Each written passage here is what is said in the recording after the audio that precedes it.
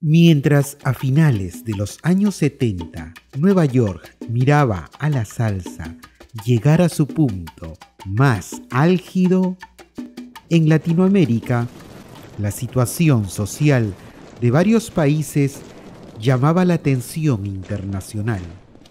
Atentados a los derechos humanos, asesinatos o desapariciones forzadas eran el pan de cada día.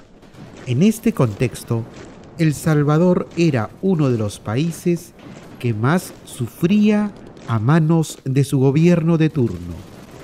Sin embargo, aquí aparecería uno de los personajes religiosos más importantes del continente, un sacerdote que predicaría no solo a favor de Dios, sino también de la justicia social, un pastor que tiempo después de su muerte quedaría inmortalizado en la historia de la salsa como el padre Antonio Tejera. El padre Antonio y el monaguillo Andrés. Era 1978 cuando, gracias al disco Siembra, Willy Colón y Rubén Blades empezaron a ganar protagonismo como dúo dentro de la industria salsera. Las canciones, en su mayoría escritas por Blades con arreglos de Colón, habían elevado la música afrolatina a otro nivel, dando paso a la llamada salsa intelectual. La crónica social fue ganando espacio en el gusto de los salseros y los discos se vendían como nunca antes. Para entender lo que hizo Siembra, habría que entender lo que pasó con los Beatles. Entender lo que pasó con Siembra. Eso fue una cosa, un terremoto que se sintió en toda América. O sea, no fue una cuestión que pasó en Puerto Rico o pasó en Nueva York. Digo, en ese tiempo tú vendías, se calculaba que era un éxito si vendías 20,000 copias de un disco. Si vendía 50,000, como hizo Willy Colón con Héctor Lavoe varias veces, eso era una cosa extraordinaria. Si vendía 100, y te estoy hablando en todos los mercados, eso era inconcebible. Nosotros vendíamos 400,000, 500,000 discos en una ciudad, en un sitio nada más, en Caracas. Y eso fue una sacudida que yo creo, como ese disco, modestia aparte, como ese disco, yo no creo que ha ocurrido en términos de salsa. Quizás lo más cercano pudiera haber sido Richie Ray. Muchas de las letras que Willy Colón y Rubén Blades expresaban en sus canciones eran el reflejo de lo que se vivía por aquel entonces en América Latina. Y El Salvador era un claro ejemplo de ello. El país centroamericano vivía una crisis que motivó el levantamiento del pueblo contra su gobierno, que desde 1931 era militar. Lamentablemente, el resultado de esto fue una ola de brutales asesinatos a campesinos, obreros, jóvenes y hasta niños. En este desolador panorama había un personaje que funcionó como voz para los callados y que gritó en defensa de los oprimidos: el padre Óscar Arnulfo Romero de Galdames. Óscar había sido promovido a arzobispo en febrero de 1977 y desde ese momento vivió la cruda realidad de lo que acontecía en El Salvador. Fue testigo de la persecución que vivían quienes se oponían al régimen del presidente Carlos Humberto Romero y cómo estos eran despojados de sus vidas sin misericordia. Si tuviéramos hombres de oración entre los hombres que manejan los destinos de la patria, tuviéramos un mundo como el que sueña la Iglesia, un mundo sin injusticias, un mundo sin represiones, un mundo sin torturas. Desde que asumió el cargo hasta 1979, Arnulfo y otros sacerdotes denunciaron los actos desnaturalizados del gobierno militar. Durante sus homilías, hablaban de los perseguidos, asesinados y desaparecidos. Daban detalles de la crudeza con la que operaban los llamados escuadrones de la muerte y por ello comenzaron a ser vistos como enemigos del gobierno. Yo recuerdo que él en las homilías decía, en tal lugar han masacrado a fulano, sutano, a su familia. Yo les pido que no maltraten a los campesinos, no maltraten a sus hermanos. Monseñor, eso era para nosotros. Ese grito valiente que nosotros lo teníamos oprimido porque si no nos mataban. Octavio, que era compañero de nosotros en 79, era el cuarto sacerdote que fue asesinado. Primero Rutilio, después Alfonso Navarro, después Neto Barrera. ¿Hasta cuándo vamos a estar soportando estos crímenes? ¿Dónde está la justicia de nuestra patria? ¿Dónde está la Corte de Justicia? ¿Dónde está el honor de nuestra democracia? Si han de morir así las gentes como perros y se quedarán sin investigar las muertes como la del padre Rafael. Yo pido y exijo en nombre de la ciudadanía que se investigue y que se ponga coto a esta espiral creciente de la violencia, siendo así que por lo menos una de las ramas está bajo el control de quienes pueden detenerla. En octubre de ese mismo año, el presidente Carlos Humberto Romero sufrió un golpe de Estado encabezado por el movimiento Juventud Militar, que tuvo el respaldo de Estados Unidos, dando paso a una junta revolucionaria que abrió la esperanza de un cambio en el país centroamericano. Sin embargo, no fue así. El 29 de octubre, las fuerzas de seguridad dispararon a una marcha de protesta del LP-28, un grupo miembro del BPR.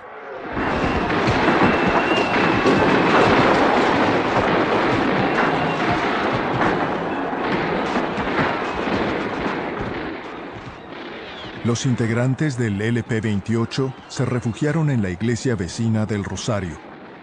Capturaron a un miembro de la Guardia Nacional como rehén. Llegaron llamadas de casa presidencial muy alarmantes y me suplicaban ir a intervenir en la iglesia del Rosario. Y el jefe de la plaza nos dijo, tengan cuidado por la seguridad de la Guardia Nacional y yo no controlo. Y si ustedes no sacan en 2 horas a los guardias nacionales secuestrados, yo no sé qué puede suceder acá. Había un cordón de guardias nacionales que cuando pasábamos entre ellos insultaban a Romero. Insultaban a Romero, al arzobispo. Cura maldito, cura desgraciado, tú sos el rey de los comunistas, tú sos el dirigente terrorista, vos sos el que tenemos que terminar, te vamos a asesinar. Un día estando en casa presidencial, la Junta de Gobierno con el gabinete civil, entran como 25, 27 militares, los jefes de los cuarteles, con Guillermo García, y comienzan a recriminarnos. Ustedes, blandengues, no, esto lo que requiere son manos duras. Y una cosa que sí me quedó impactado para el resto de mi vida es, nosotros los pusimos a ustedes donde están sentados. El día que queramos los quitamos de ahí. Y si es necesario, eliminamos a, no recuerdo la cifra, pero sonaba a decenas de miles de salvadoreños. Los mensajes de Óscar Arnulfo contra el gobierno se hicieron más incisivos y pese a las constantes amenazas en su contra, el arzobispo continuó en la tarea de concientizar a los militares a no matar y parar con los crímenes que hundían más y más a El Salvador. Yo quisiera hacer un llamamiento de manera especial a los hombres del ejército, de la Guardia Nacional, de la policía, de los cuarteles. Hermanos, son de nuestro mismo pueblo. Matan a sus mismos hermanos campesinos y ante una orden de matar que dé un hombre, debe de prevalecer la ley de Dios que dice no matar.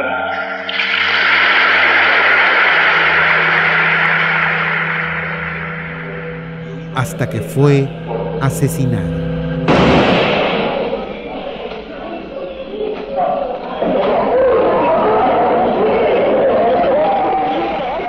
El lunes 24 de marzo de 1980, cerca de las 6:30 de la tarde, un proyectil calibre 22 acabó con la vida de Arnulfo Romero mientras oficiaba una misa en la capilla del Hospital Divina Providencia en San Salvador. A las 6:30 de la tarde estaba llegando a la oficina del Socorro Jurídico en la escuela jesuita, y las 3 religiosas con las que yo había almorzado gritaban bañadas de sangre.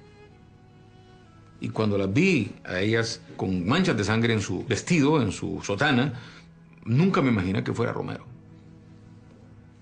Aquel fue un momento, se me olvidó el vehículo y fui corriendo con ellas a palpar el cuerpo de Monseñor Romero, a todavía tener alguna esperanza de vida del arzobispo. Entramos al sitio donde lo tenían colocado el cuerpo en la camilla. Constatamos realmente que él había muerto por una hemorragia profusa y brutal a raíz de un impacto de bala calibre 25 expansivo y explosivo. Fue un solo disparo nada más. Desde ese momento, todo empeoró en El Salvador.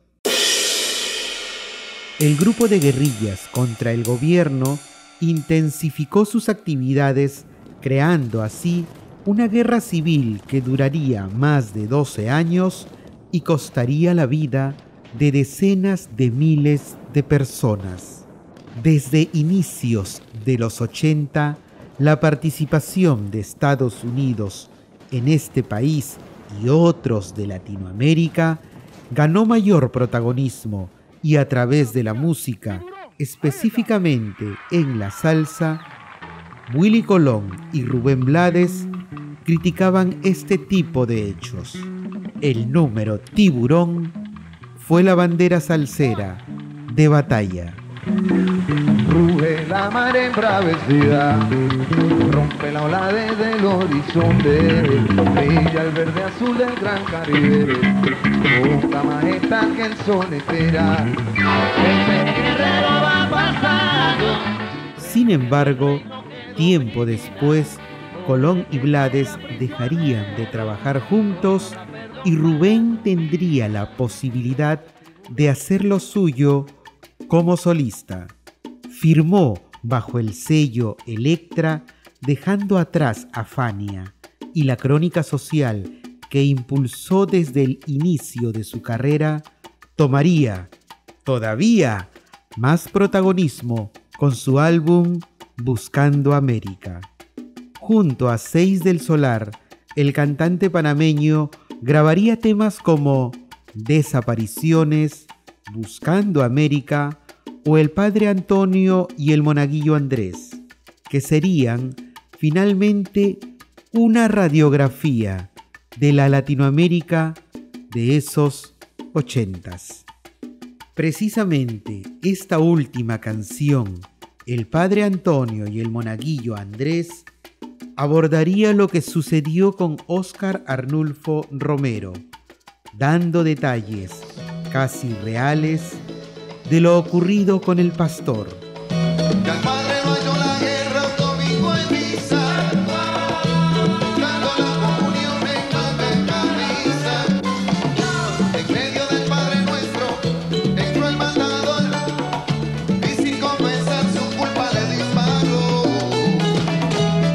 el mensaje de una Latinoamérica unida se acentuó en este álbum de Blades, que incluyó otras canciones como Decisiones, GDBD, Caminos Verdes y Todos Vuelven. Este último número escrito por el peruano César Miró. Todos vuelven a la tierra que nacieron, al embrujo incomparable de su sol. Sin embargo, entre todas esas composiciones, la que más destacó fue El Padre Antonio y el Monaguillo Andrés, una canción inspirada en un hecho real que invita a la reflexión y muestra una realidad a la que no se le pudo dar la espalda, una historia necesaria para que en el futuro no se repita y que, como dice otra letra de Blades, tengamos prohibido olvidar.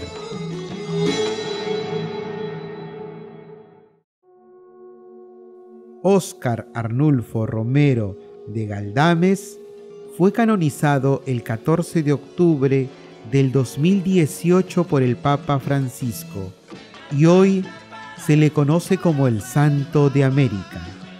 Mientras tanto, el Padre Antonio y el Monaguillo Andrés sigue sonando y manteniendo firme su legado, un legado de amor y justicia social que el mundo tendrá presente mientras suenen las campanas.